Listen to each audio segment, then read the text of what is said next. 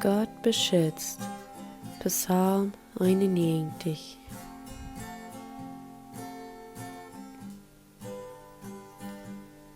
Wer bei den Allerheiligsten im Schilling wohnt, wird sich bei den Allmächtigen im Schatten freuen. Der wird zum Herrn sein. Du bist meine Zuflucht und meine versicherte Stadt. Mein Gott, auf den ich mich verlot. Er wird die Sache uit den Jäger seine Schlinge uitraden und auch uit die gefährliche Pestilenz. Er wird sich die unter der Fläche nehmen und darunter wirst du immer sicher sein. Dort er so treu ist, als aus ein Charme und Schild. Du wirst nicht Angst haben, dort danach was Schreckliches passieren wird. Oder für die Fällen, die über Tag fliehen. Auch nicht für die Pestilenz, die sich im düsteren Raum schlägt, oder für die Plagen, die mitten im Tag anbringen. Wenn bei dir auch 1000 an eine Seite fallen und 10.000 an der rechten Seite, aber dort soll die nicht dich beikommen.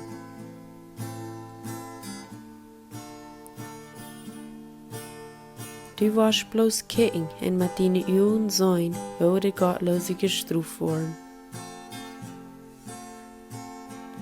Willst du dir den Herrn, den Allerheiligsten, als Wohnung gewählt hast, wird über dich kein Schuden kommen, und bei deiner Wohnung wird keine Plau dich beikommen.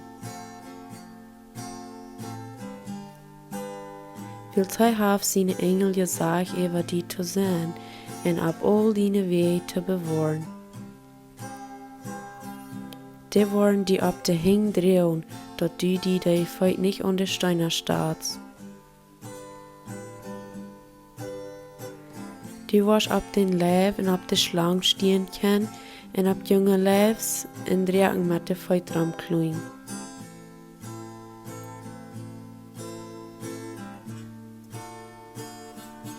Weil's heu mi gut ist, sag ich der Herr, wo ich am uithalten.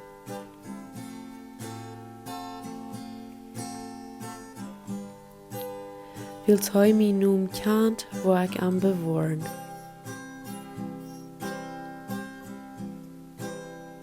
Hij wird mich anrufen und ich will am antworten. Ich will am in Trouble beistehen.